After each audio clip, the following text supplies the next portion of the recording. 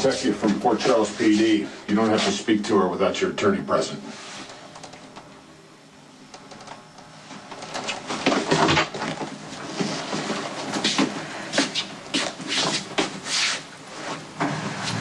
I just have a couple questions to ask you about the kidnapped baby. Yeah, I'll hear what she has to say. Sit.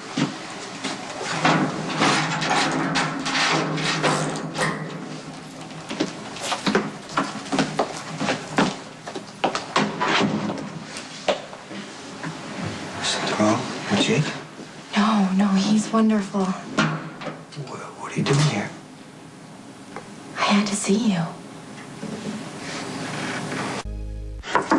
Sam, you still there? I thought you went home. I did. I almost did. Realized I left my PDA here somewhere. You've seen it? Oh, okay, let me help you look for it. Well, you were sitting over here. You gonna drink this now by yourself? I thought about it. I did. I was going to. But you know what? I said I am tired of feeling sorry for myself. Sam, he's gonna be okay. All right, Jason is gonna be all right. He's got a good attorney. Diane is perfectly capable of handling this. Sit. Talk about it. It's not often that a mother of a grown child gets to feel useful. Okay. Okay, fine. Even if Jason does beat the murder charges, I don't think he's coming back to me. And I don't know if I'd want him if he did. Do you know the trouble that you could be in if you get caught? You didn't worry about trouble when you jumped bail to find our son. I just wanted to thank you for bringing Jake home to me. But you already thanked me. I know, but not enough. But Jake had a checkup today. He's perfectly healthy from head to toe, as if nothing even happened. And all I can think about is how you deserve to know. If Jake's good, that's all that matters. I know, but you're being punished for finding him. It's not fair. I don't have a single regret.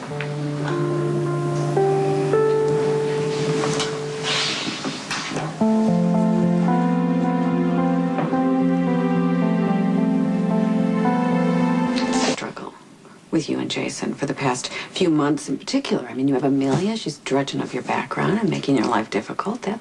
That can't help. Jason's in Pentonville. That completely cuts off your communication.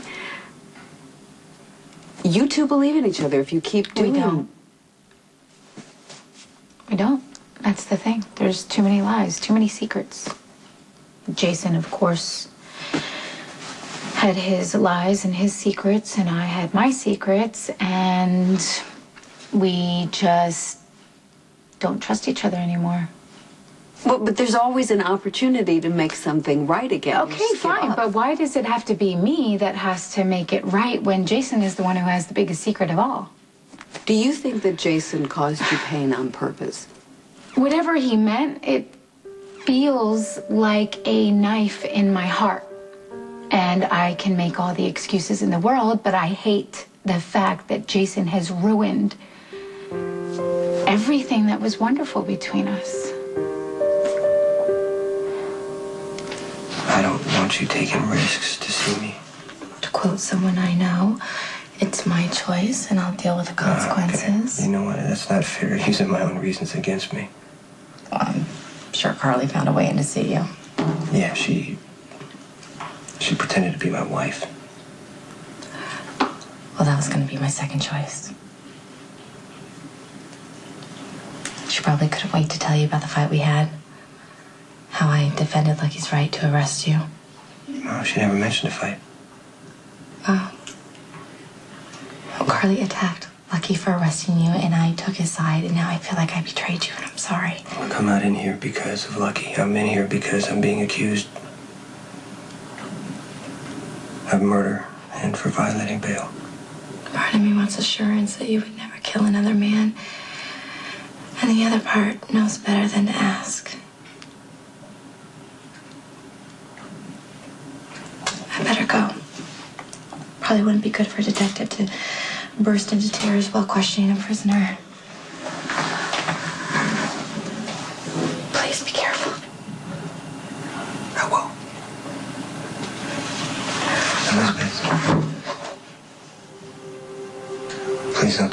things like this again, okay? If everything is fine with Jake, then there's no reason for you to see me.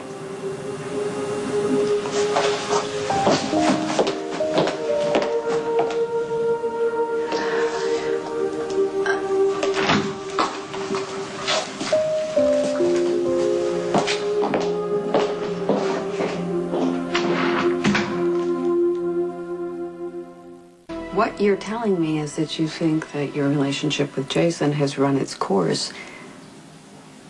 Then I'm sorry, I honestly know how disappointing that is for you, because it's very disappointing to have a vision for the future and how you think your life is going to be with that person, and it doesn't turn out that way.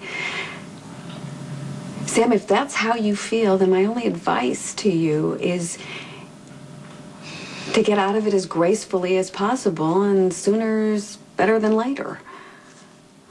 Right. Right. Because it I mean, it won't hurt any less. It'll just be over with sooner. You just are making it very clear that you and Jason seem to have failed each other somewhere. And if you're ready to do this, Sam, do it. Because if you're going to hang on beyond that point, it will get ugly. I hate that love wasn't enough. I do. And that it was just one more bad decision. Why are you being so hard on yourself?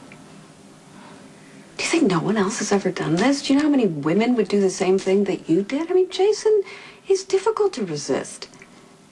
He's handsome, he's charismatic, he's strong, he's unpredictable, he's dangerous, he's a bad boy. And even though you want him to change, you hope that he does it for you. But you also know that he won't, because the signs are all over the place, and you ignore them. I think I get the feeling that we've changed the subject onto you. What if you said... Hello, darling. Imagine my surprise at getting a phone call from the star of Everyday Heroes requesting the pleasure of my company. For what, I'm not sure, but here I am. It's real simple. Stay away from my mother, or I'll kill you. I heard that a police detective from the PCPD was here to question you. Of course, I heard this when I was in the middle of trying on a stunning pair of burgundy sandals. I hate it when my shoe shopping is interrupted. It wasn't a cop. It was Elizabeth. Nope, not feeling better about it. What did Mrs. Spencer want? She wanted to thank me for bringing Jake home. Does she appreciate the fact that it cost you your freedom? I worked a miracle to get you released on bail, and you violated the terms in less than 5 hours. But this isn't all about me, Jason. Far from it. No, this is your story, top to bottom. And I am not one to pass judgment on your personal life, but you are my client. And you are facing some very serious charges with some very damning evidence. The DA has a digital recording of Lorenzo Alcazar's final moments. And he says your name, Jason. Actually, what he says is Morgan. And then you hear a shot, and then a thud. Now, I am going to argue that it's a setup, that Lorenzo Alcazar has effectively framed you. But there is no guarantee that a jury is going to buy this. You are going to be dissected in that courtroom. I need you clear-headed. There's no room for any mistake. I understand. I'm not sure that you do. Because you see, Jason, you are preoccupied with a secret child. That's not a criticism. That's a fact. Now, it's obvious that you love your son, and I'm going to guess that you love your son's mother. So why not just tell her and be done with it? Marley suddenly threatens me. I told your mum, you want to kill me. Well, now you know how it feels. If you're referring to James Craig's behavior at the Metro Court, I'm in town to prove that he's not me. I think you're a liar. And I'm telling you to stay away from my mother. She's been through enough. You are the last thing she needs. Come on. I've been nothing but kind to your darling Just mother. stay the hell away from Alexis, okay? Well, I could, but I would need a little incentive. You see, I nailed you so perfectly when we were first getting to know each other. Your willingness to survive at all costs. So what's my incentive for leaving your mother alone? I mean, they say that it's a man's fantasy, to have mother and daughter at the same time. But, personally, I find it in really bad taste. I'm not going to do that, no. Just... By that logic, if I take you to bed, Army Dearest falls off limits.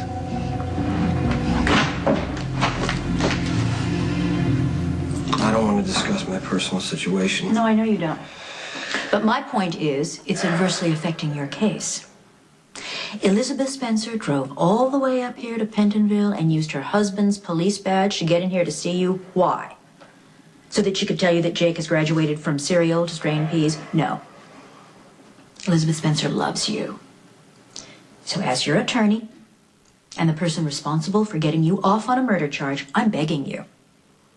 Please, please tell that woman the 3 little words she is dying to hear, or tell her to let it go, so that this dysfunctional family drama doesn't end up doing even more damage and sending you to prison for life.